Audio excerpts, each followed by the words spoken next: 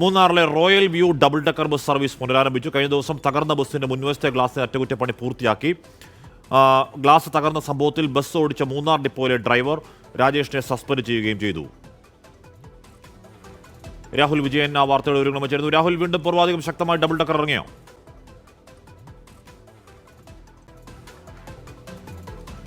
അശ്മി, തീർച്ചയായിട്ടും വലിയ മൂന്നാറിലെ വിനോദസഞ്ചാര മേഖലയ്ക്ക് ഉണർവ് പകരുന്ന രീതിയിലാണ് മൂന്നാറിലെ റോയൽ വ്യൂ ഡബിൾ ഡെക്കർ ബസിന്റെ സർവീസ് ആരംഭിച്ചത്.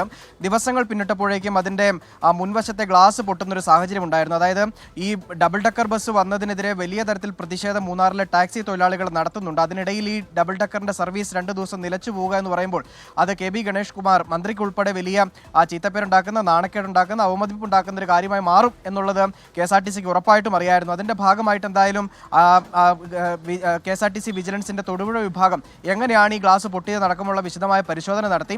അങ്ങനെയാണ് ഡ്രൈവറുടെ അശ്രദ്ധയാണ് ഈ ഗ്ലാസ് പൊട്ടാൻ ഇടയാക്കിയതെന്ന് മനസ്സിലായത്. അങ്ങനെ മൂന്നാർ ഡിപ്പോയിലെ ഡ്രൈവറായിട്ടുള്ള രാജേഷിനെ സസ്പെൻഡ് ചെയ്തുകൊണ്ടുള്ള ഉത്തരവും ഇറങ്ങുകയും ചെയ്തു.